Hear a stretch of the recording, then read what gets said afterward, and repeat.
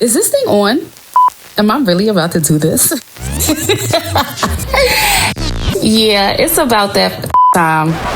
5, 4, 3, 2, 1. It's Lola Divine giving you your weekly dose of girl talk, helping you remember who the you are.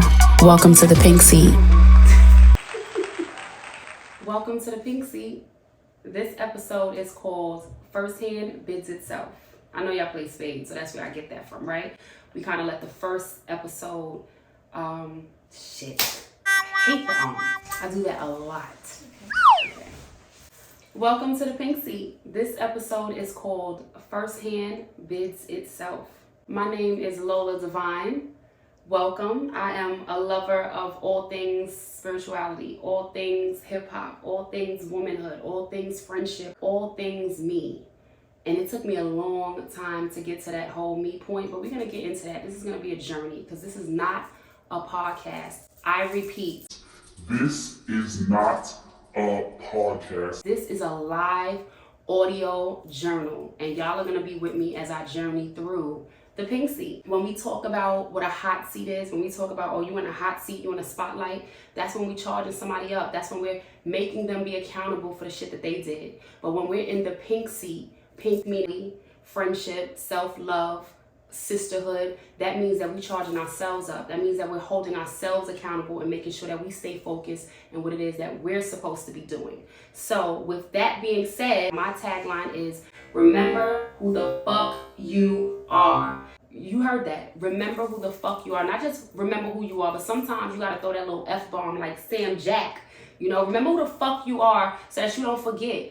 But it's gonna be very hard for you to remember these things when you have not first tapped into who you are to begin with. I am a mother, I'm a friend, I'm a sister, I'm a daughter, I'm a lover of all things hip hop, I'm a lover of all things womanhood, all things feminine, I'm a lover of men, I'm a lover of sisterhood, I'm a lover of girlhood, I am a lover of all things mystic. Some of those that, know me a little deeper, they might call me a spiritualista. Please don't. I am a spirit in human form, but that whole spiritualista shit, leave that to those that's charging y'all for readings and the Bible allows that's in your DMs telling you that they want to give you one. That's not me. What I am is vulnerable. What I am is passionate about what I do. What I am is doing what the fuck I want to do. But it's taken me a long time to get here. Say it with me. Remember who the fuck you are. And I say that with passion and conviction because there has been many a day, many a time when I could not remember. I might have been laying here in the dark for days in a state of depression. And I've had to say that over and over again so that way when I get into those spaces, it becomes easier for me to crawl my way back out of that, right? If I can use that as a daily mantra to snap me back into reality, because look at me, excuse me, like am I not her? Because I am. But when you're in those dark spaces, it's kind of hard for you to remember that, right? So I've been using that tagline for a while and it's really helped me crawl out of a dark hole.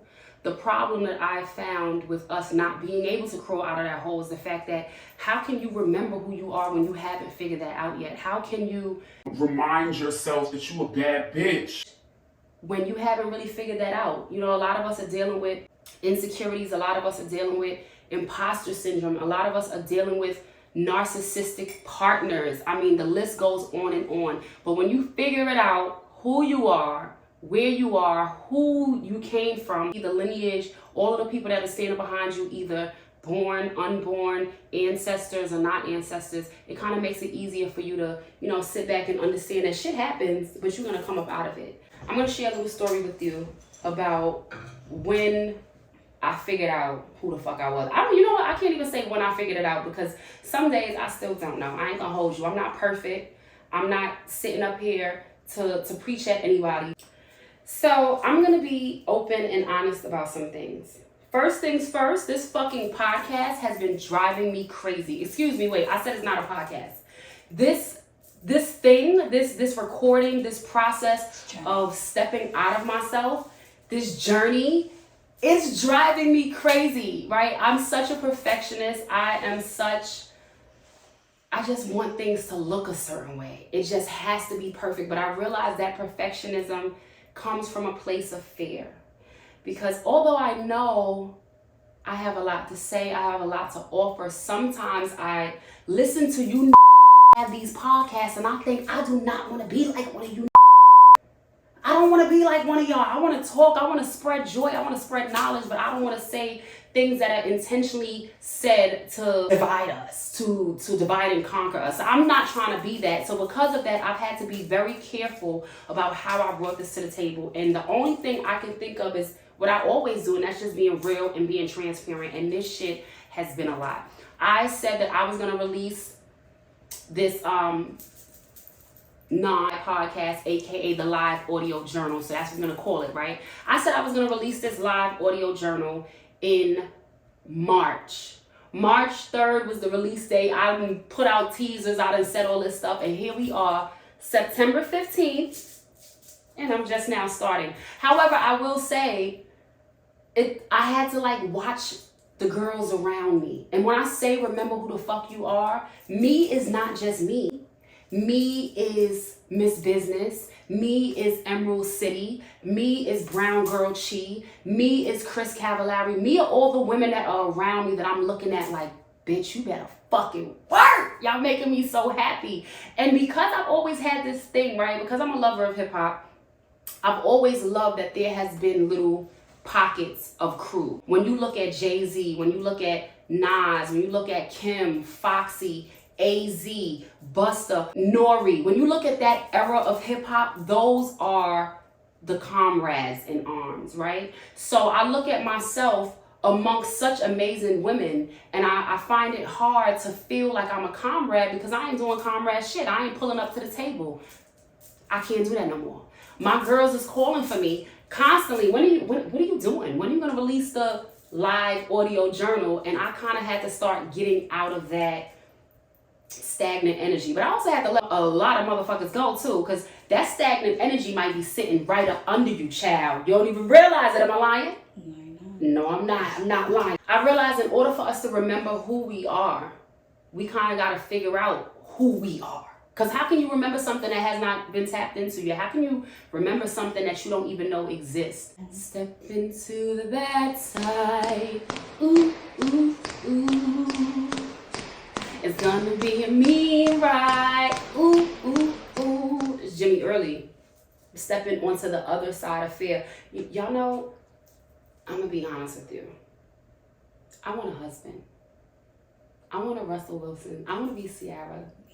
I done had a baby by a couple. I would love my Russell Wilson to come, right? Cheers to that. I want my Russell Wilson. I want my Russell Wilson.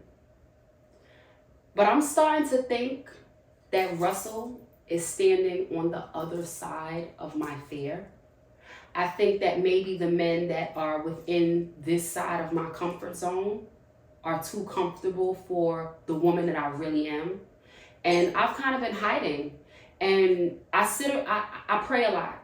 When I say pray a lot, I'm not talking about always on my knees, because best believe I get down and I give homage to my creator. But when I say pray a lot, I mean like conversation. What is it that I have to do to be a wife? Shout out to Allison, who gives the most amazing relationship advice. And one of the things that I hear her say a lot is that someone similar to the Bible, faith without works are dead. Like, you want a man, but what are you doing? You're in the house. You want a man, but the caliber of man you want, have you become the woman for that man?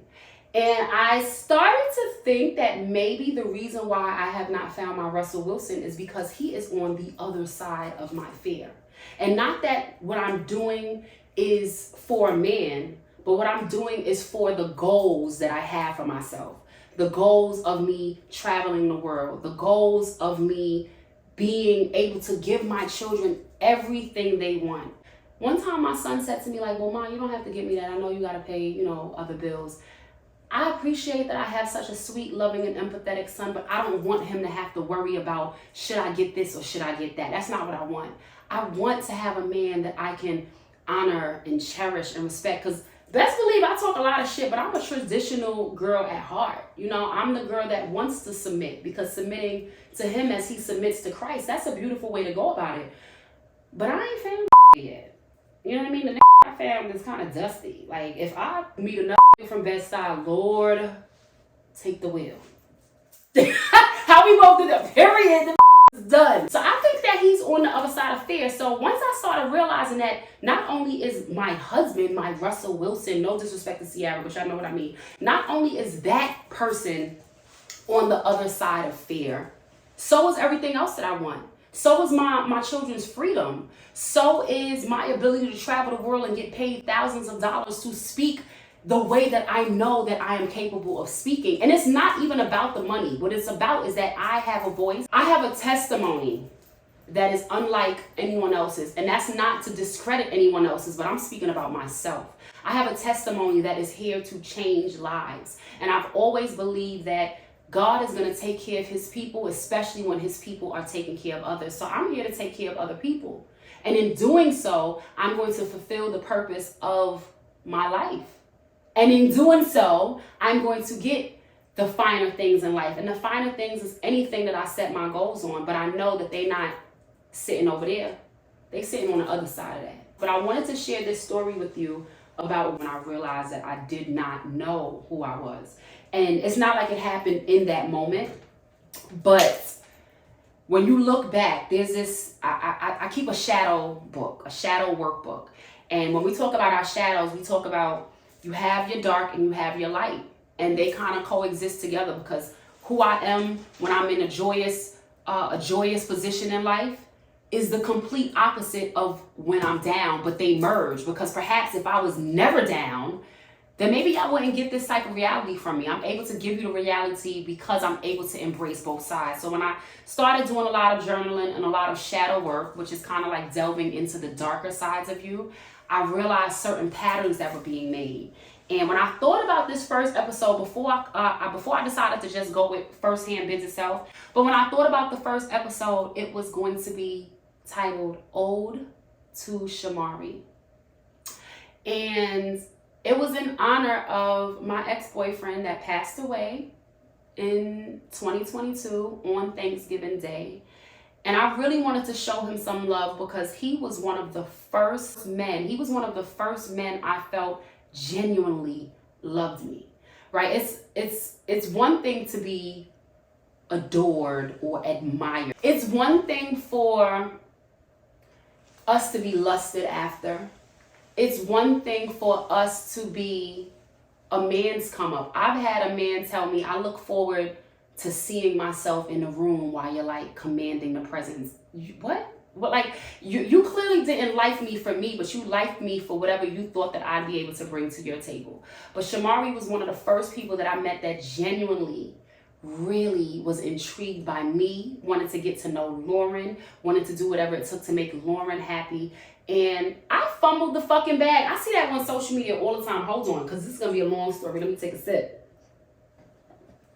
The other day on, was it the Shade Room or Melanin Shade Room or one of them pages, I still follow the ignorant shit because balance, right? But there was a comment about women never talk about when they fumble the fucking bag. What? Literally, when I saw that in the comments, all I wrote was long live Shamari.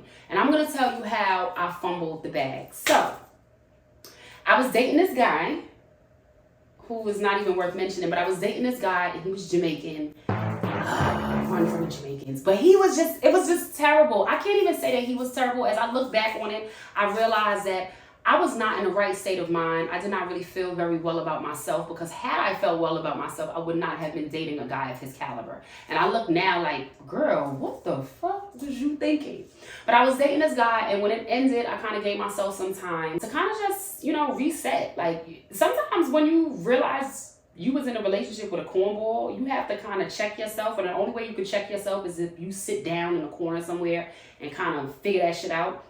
But I was dating this guy, and after that relationship ended, one of my girlfriends, Safi, hi Safi, I'm gonna shout her out all the time. But me and Safi was talking on social media, and her cousin found my page and just was like enamored, right? And out of respect for his wife, I don't want to get too deep into it, but we really had a nice relationship. He was a real gentleman, like the West Indian culture of being so polite, being so respectful. He was that way. All his girl cousins, that was their man, child. Like, he was just amazing. He would be the type of guy, you have some guys where they'll come to your house and they be like, you ain't got no AC.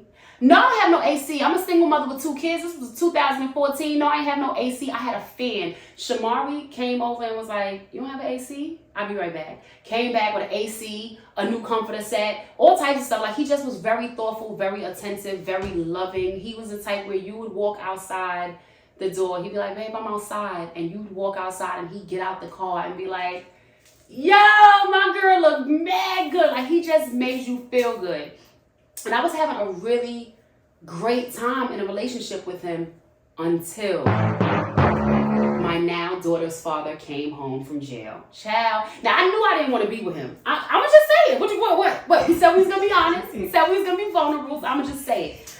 I knew that man was not for me. I knew it. I knew he was not for me because every time he and I would get to a certain place in our relationship, it would fail. And usually that happens because God is trying to tell you, stop moving forward. Like, how many hard stops are you gonna need? How many times I gotta send you to jail before you realize he ain't for you, right? Here we go, 3rd time's a charm. But when he came home that time, I just knew I'm not gonna be with you because Shamari is everything. But you just came home from jail, so I might have to give you some a couple of times. But I knew that I was not gonna be with him. And when he realized that when he came home and I was not about to leave Shamari and did not even want to play with him like that, he felt some type of way. And the relationship that he had with my son, he kind of used it as leverage, as if, oh, if you don't want to be with me, then I don't want to deal with your son. Now, if I would have paid attention, if I would have known who I was at that time, if I would have known a little bit more of self-worth, as soon as you ever thought about playing with my kid, that would have been a dub for you. But I wasn't there yet, right? So, although I continued on with Shamari, my grandmother got really sick, and my grandmother and I had a really rocky relationship. My mom passed when I was 4, and my grandmother in some way felt like I was supposed to be traveling the world. I'm 47 years old, 46 years old. I'm supposed to be traveling the world, and I got to take care of another baby. And that energy, we don't realize how much of the energy that we hold on to kind of, transfers into our children. And I felt that. And we did not like each other. We did not get along. I loved her. We had our moments, and those moments I missed so much. But we didn't really get along too well. But with this particular moment, my daughter's father lived with us at a time. There was a time when he was in the house with us. He knew the dynamics of the relationship. When my grandmother was sick, he was there carrying her to the bathroom, going with me to hospital visits. Like, he knew these things. And my grandmother and I had not spoken heavily for about 6 or 7 months. And then maybe like the last 5 months of her life, I decided to put my bullshit aside and be there for her the way, at the end of the day, even though she might not have wanted to stop her life, she was there for me. And we kind of like had that build up. Like, and if y'all think I'm crazy, my grandmother's crazy. Once, girl, me and Shamari went to go see her in a nursing home. And she was like, oh, this is him. And I said, yeah, this is Shamari. And she looked at him and she was like, you play with my granddaughter and I'll fuck you up. Girl, she's in a nursing home. She ain't give a fuck. I will fuck you up or I'll get somebody to fuck you up. And she was dead serious. And Shamari was just like, you don't ever have to worry about that for me, ma'am, right? I liked her. You loved her. That's that Leo shit. Y'all crazy. So, relationship that her and I had was a bit up and down, but in that moment we started really getting together, and she started getting really sick after that. And I don't know if it was God's way of saying, let me get y'all back into a place of peace before I take her, because that would have been devastating. But we got to a good place. But as she got more and more sick, I started reaching out to my daughter's father, who we didn't have a child at the time, but I started reaching out to him because he knew the dynamics of the relationship. He knew how I felt. He knew that I loved her, but that there was something that was disconnecting us. And I didn't feel like Shamari could understand what that meant. Like, he wanted to be there. It was like, why didn't you call me? You're crying. Why didn't you call me? And he lived in the Bronx.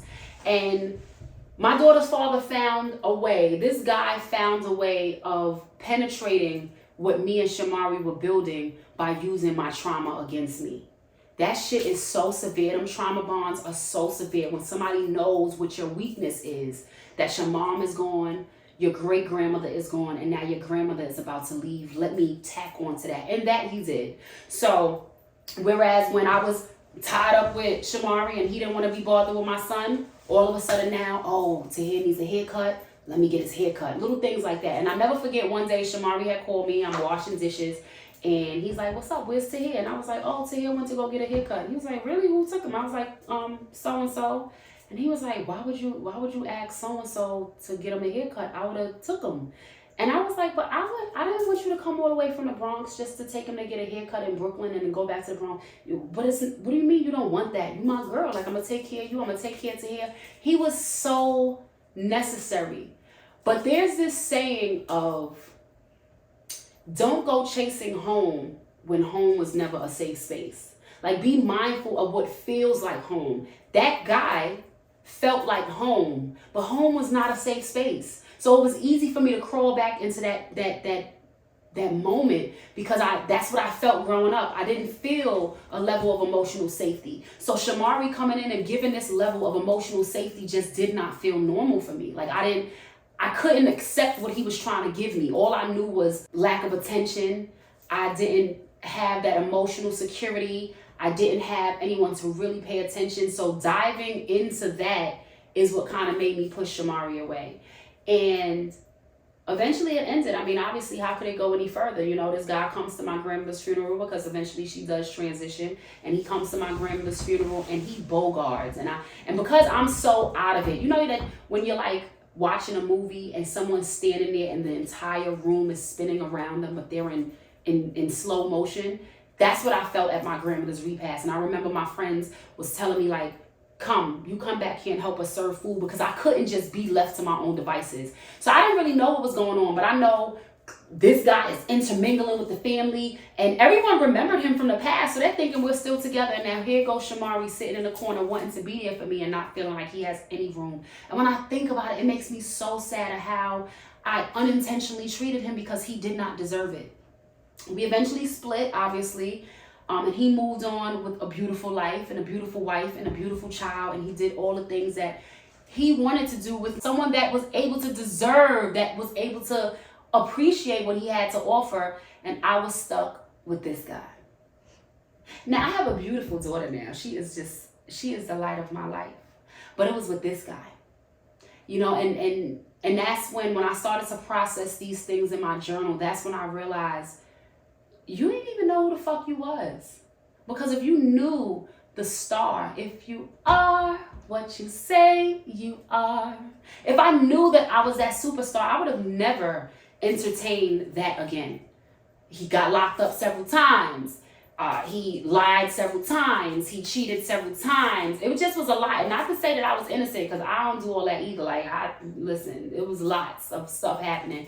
But if I knew better, I would have done better. And I did not know any better. And when I started like journaling and transitioning into this space of peace, when I eventually left him after we had the child, had the relationship, moved in together, and it did not work, and I wound up single while Shamari is over here loving up on his wife, I started realizing, yeah, you didn't really know who you were.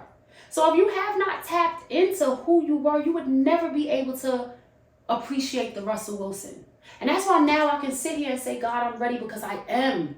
Because I am ready. Because I do know who I am and what I deserve. And that's not to say that I don't put up with bullshit sometimes too. Because when I tell y'all about some other shit, y'all gonna laugh. But however, I know a lot more than I did then. And I know a lot more of what I have to offer. And I know a lot more of what I will not tolerate. So when I had first thought about this first episode, the title was going to be Ode to Shamari. Because Shamari was the catalyst for me to think differently. Shamari was the catalyst for me to smarten up. Because we still maintained a friendship. He still was able to look me in the face and say, I forgive you. And I was able to look him in his face and say, it was never you. It was me. Like, and I, you know, when guys say that to girls, it's like, oh, that's just an easy way for you to dump us. But no, really, it was me. I couldn't process the level of love that he was giving me. And when I look back on how tight-knit his family is, how closely connected they are, I think to myself, my son could have really used that level of family love that they have. I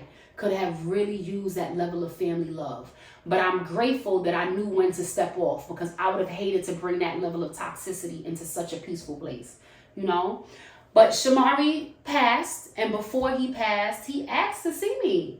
And I wouldn't have thought that in his last moments that I would have been but one of the people that he would have wanted to see. And I went over there and I spent like 6 hours. I didn't think I was going to be there that long, but I just could not find myself to leave. I got there, and family of his nieces, his cousins that had not seen me in 5 years was like, oh my God, is that Lauren? And that shit just warmed my heart. It felt like family all over again.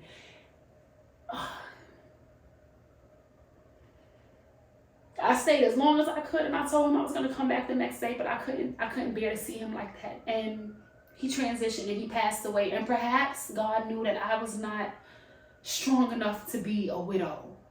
And kudos to his wife. When I see his wife, I love her up. Shantae, I love you up, because to know what you're going through is rough. You know what I'm saying? But I don't know if I could have been strong enough for that. I think God knows that I'm a little stronger in anger than I am in grief. And maybe that's why I had to make the decisions that I had to make to move in that direction. But doing that shadow work, doing those journaling workbooks allowed me to recognize that I would have never been able to remember who the fuck I was, because I had no clue who that girl was. But I know now that I'm not her, that I'm never going to be her again. And everything I do moving forward is going to help us, because anything that I'm doing for me, my testimony is not for me. The test is for me, but the testimony is for you. I'm supposed to be here to share this with you. I'm supposed to have gone through the things that I've gone through to be able to look you in your face and say, baby, you better than that. And you need to know that you're better than that. So I'm a crybaby. Y'all gonna know this shit now. I might cry every motherfucking episode, but guess what? This ain't no fucking podcast. This is a live audio journal. And I really implore you guys to kind of journal with me. And when you think of the things that I'm talking about, envision some of the things that you're going through and how you could have done something differently. My grandmother, I love her so much, because some of the things that she taught me, you're only as sick as your secrets. That allows me to be vulnerable. Some of the things she taught me, which was, what could you have done differently in that situation for the outcome to have been different? Because it doesn't matter what that guy could have done. What could I have done differently, right? We have to hold ourselves accountable. So it allows me to sit here and be as vulnerable as I am and share with you, because I know I could have done some things differently. And I know that I didn't. And now what? What's next? So I look forward to sharing with you. I look forward to talking about how so many things that we all have in common have shaped our life. Hip hop is a heart of mine, right? Missy Elliott is one of the first ones that made me feel like I was so fucking fly. You know what I'm saying? So we're definitely going to dive into the women of hip hop. We're definitely going to dive into friendship. We're definitely going to dive further into love, into boys, into girls, into sex, into spirituality, into spiritual practices, into learning the differences between routines and rituals, and all of the fucking above. So thank you for doing this first episode with me. Thank you for sitting here and watching. If you've come this far, I am now adding you to the Bougie Girls Club. I want to give a shout out to my sponsor. I love hats. Anybody that knows me knows I love fitteds, snapbacks, truckers, because this hair ain't always done now. I'm going to throw a wig on and I'm going to throw a hat and a face on and I'm going to look good. So I want to shout out Gifted Apparel, one of my biggest supporters from day one, since the day Kevin met me. Something about me that I didn't even see in myself, people around me see. And he saw that. And I saw him the other day. I've been seeing this hat and this shirt pop up on my Explore page. And I kept saying, I got to link with Kevin. I got to link with Kevin. And I went to Fort Greene for Spike Lee Day, because you know I'm going to dance. One thing about me is I'm going to dance. And I went there, and as soon as Kevin seen me, he said, this is for you. Thank you for joining the Bougie Girls Club. So shout out to Kevin from Gifted Apparel. I will be posting every week. I'm going to be consistent. I'm going to be disciplined. This is no longer about motivation. This is about discipline. I want to give a shout out to the girls around me that continue to make me realize that you gotta level up, because they ain't gonna want you at the table if you ain't leveling up. And they gonna be mad at you for not leveling up because they want you at the table. I want you at the table. I welcome you to my table. Welcome to the pink seat.